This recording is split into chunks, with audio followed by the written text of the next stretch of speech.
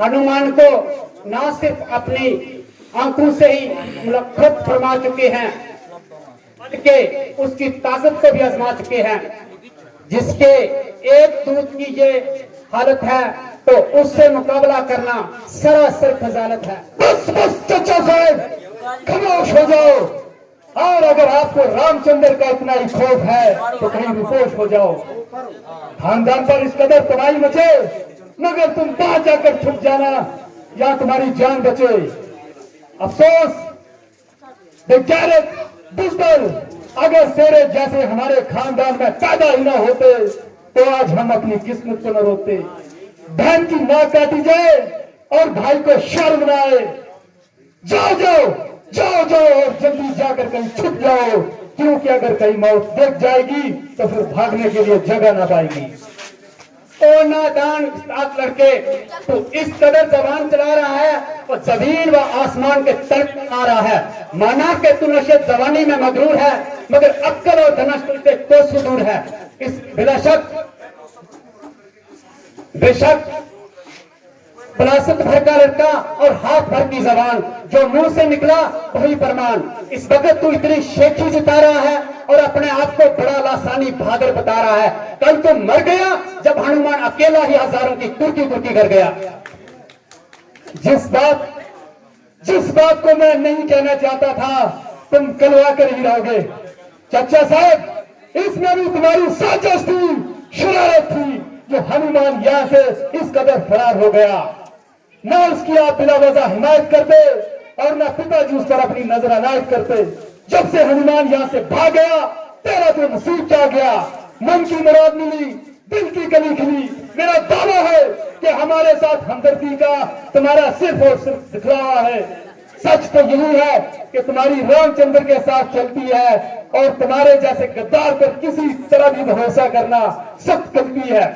अफसोस तो इस बात का है कि जिसने तुम्हारी बहन की नाक काट डाली, इज्जत खाक में मिला दी, तुम उसकी हिमायत करो। अगर थोड़ी सी भी शर्म हो तो चुनरी पानी में जाकर दूर मरो।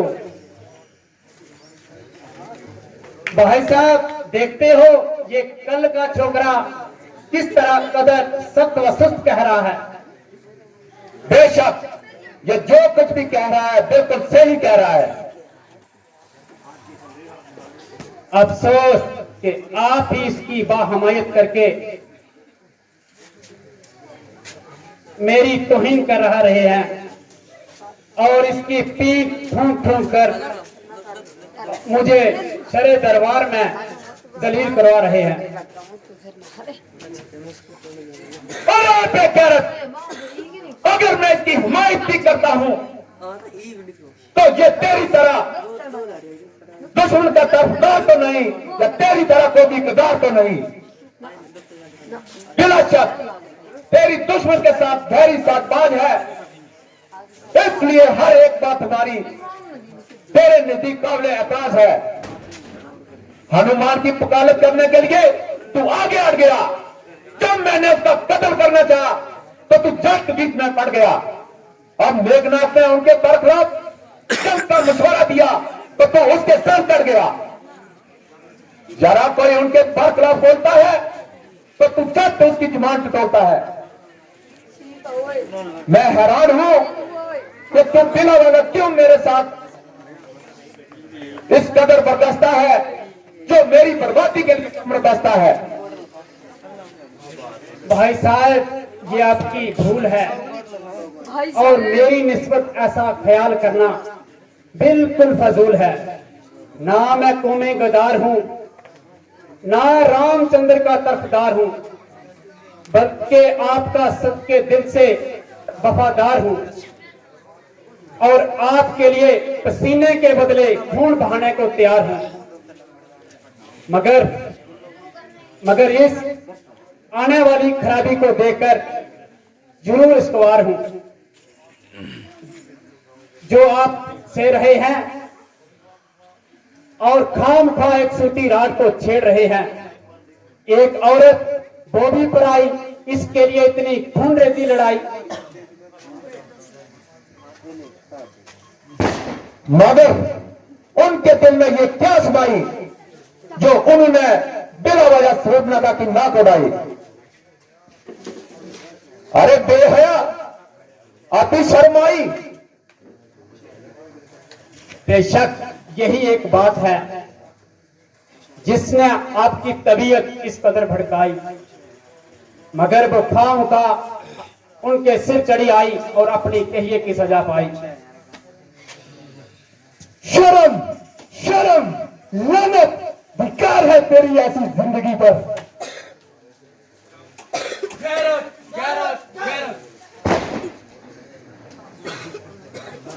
बबी खान, जरा कान खोल कर सुन। तेरी निस्बत चारों तरफ से किस तरह नाराजगी का इजहार है और हर तरफ से तेरे लिए लानत और फटकार है। मेरा हर एक बहादुर मरने मारने को तैयार है, सिर्फ एक तेरी तरफ से इनकार है, जिससे साफ पाया जाता है कि तू उनका एक अलाना तरफदार है, कौमी किरदार है, अले दर्जे का मुकार है, लानत है, फटकार है, तेरी तो जिंदगी पर बेकार है। जैसे आप खुद फरमोश हैं, वैसे ही आपके मशीर खुशामदी और चापलूस है। इस वक्त बेशक आपकी हाँ में हाँ मिला रहे हैं, मगर आपको ये गलत रास्ते पर चला रहे हैं और अमृत के धोखे में जहर पिला रहे हैं। वक्त पड़ने पर ये निकट्टू बजरबट्टू खुशामदी टट्टू अपने मुंह से कहेंगे ये रावण की सख्त गलती है, मगर हम क्या करते हमारी पेश नहीं चलती है। इसलिए महज इन खुशामदाना बातों को जाने दीजिए, बल्कि इस मामले पर अच्छी तरह विचार कीजिए।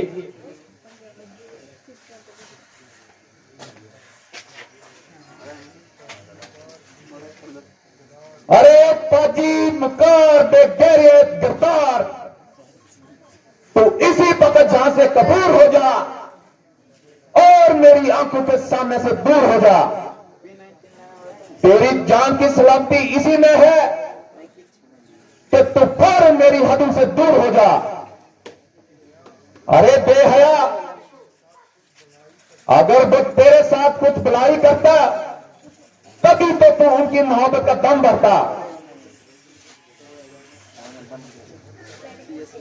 अगर वो तुझसे हर तरह पर कसता है और तू उल्टा उसी की हिमायत करे, तेरी बहन की इज्जत की आबरू पर हाथ डाले मगर तुझको शर्म ना आए, घर और दो खून मां सेना के सामने कत्ल किया जाए और तेरा खून जोश ना खाए।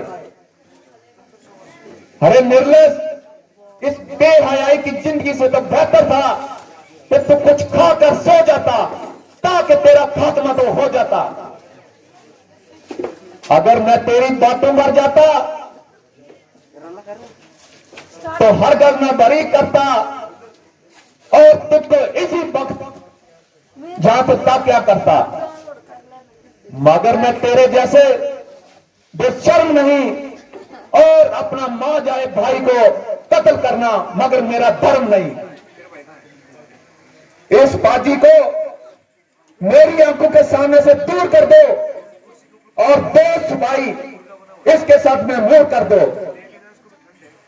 जो इसको मेरी हदों से निकाल कर आए, मगर यह ख्याल रहे कि किसी किस्म की रायत इसके साथ न करने पाए, वरना सख्त सजा पाओगे और हुक्म अदुल्ली का मजा खाओगे।